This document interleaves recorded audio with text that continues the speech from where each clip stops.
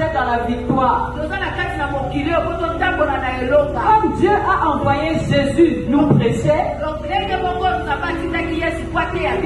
vaincre la mort, en acceptant de donner sa vie, de verser son sang. D'ailleurs, nous nous appelons aujourd'hui chrétiens parce que Jésus aussi nous a envoyés dans le monde. Et il a dit, vous ferez plus que moi parce que je m'en vais auprès du Père. Alors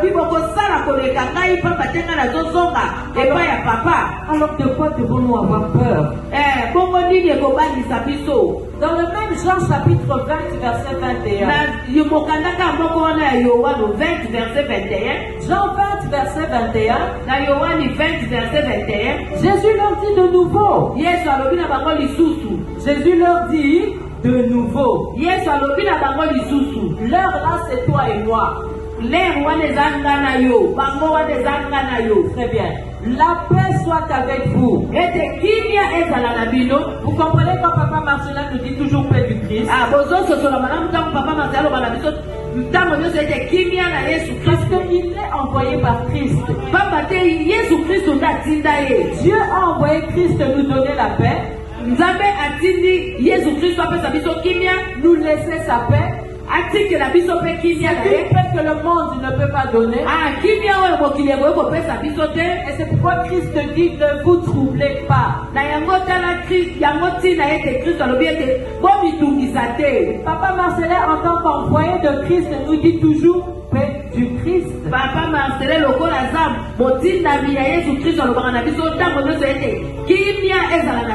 et voici ce verset, Jésus leur dit de nouveau. La paix soit avec vous. Comme le Père m'a envoyé, moi aussi je vous envoie. Bien-aimés, nous ne devons plus douter que nous sommes des envoyés de Dieu.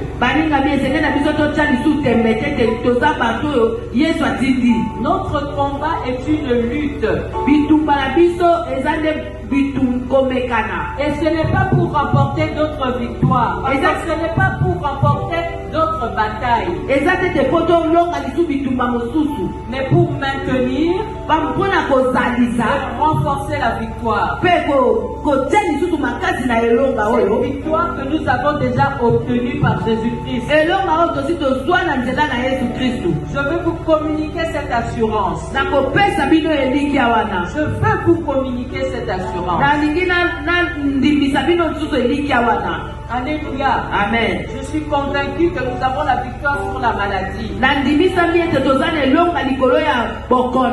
avons la victoire sur la pauvreté. Nous avons la victoire sur les liens. Parce que nous l'avons déjà obtenu par Jésus.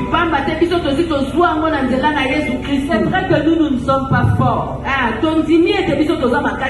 C'est vrai que Satan a commencé à combattre avant nous. Mais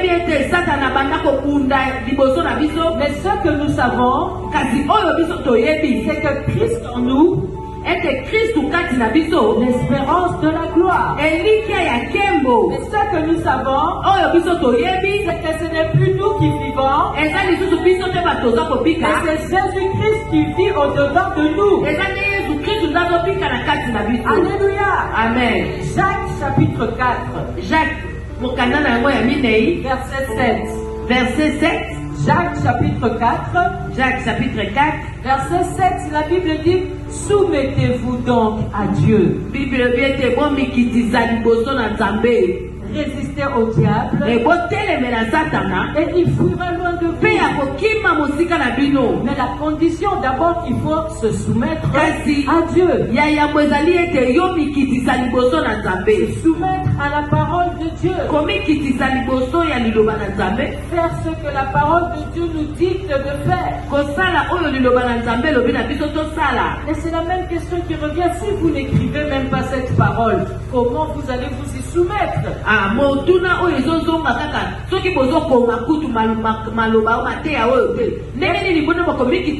Bien-aimé, en tant que soldat, nous avons besoin d'armure. na posa ya biloko ebombaka nzoto. Nous avons besoin d'armure pour nous protéger. Et nous avons besoin aussi des armes offensives. Voilà, pour contre-attaquer. 1 Pierre chapitre 9. 1 Pierre chapitre 9. Pardon, 1 Pierre chapitre 5 verset 9. 1 Pierre 5 verset 9. 1 Pierre chapitre 5 verset 9. 1 Pierre chapitre 5 verset 9. La Bible dit résistez-lui avec une foi ferme. Résistez-lui avec une foi ferme. Et jeudi de la semaine passée, j'avais enseigné que la foi vient de ce qu'on entend.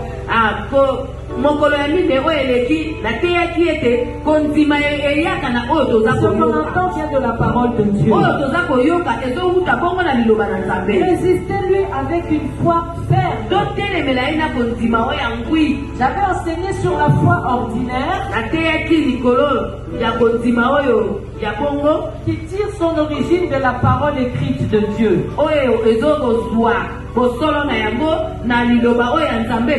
Et j'avais enseigné aussi sur la foi extraordinaire qui tire son origine de la voix de Dieu personnellement.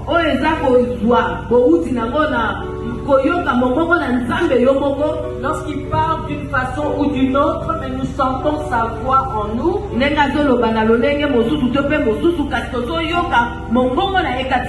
Nous parlons personnellement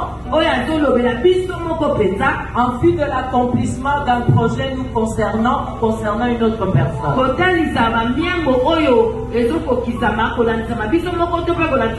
Mais j'avais dit que ces deux sortes de foi sont liées. Le Saint-Esprit ne nous parlera que s'il trouve déjà la parole de Dieu logée en nous. J'avais dit qu'un homme de foi est un homme de parole. Et pour ça, nous devions être des personnes avides de la lecture de la parole de Dieu.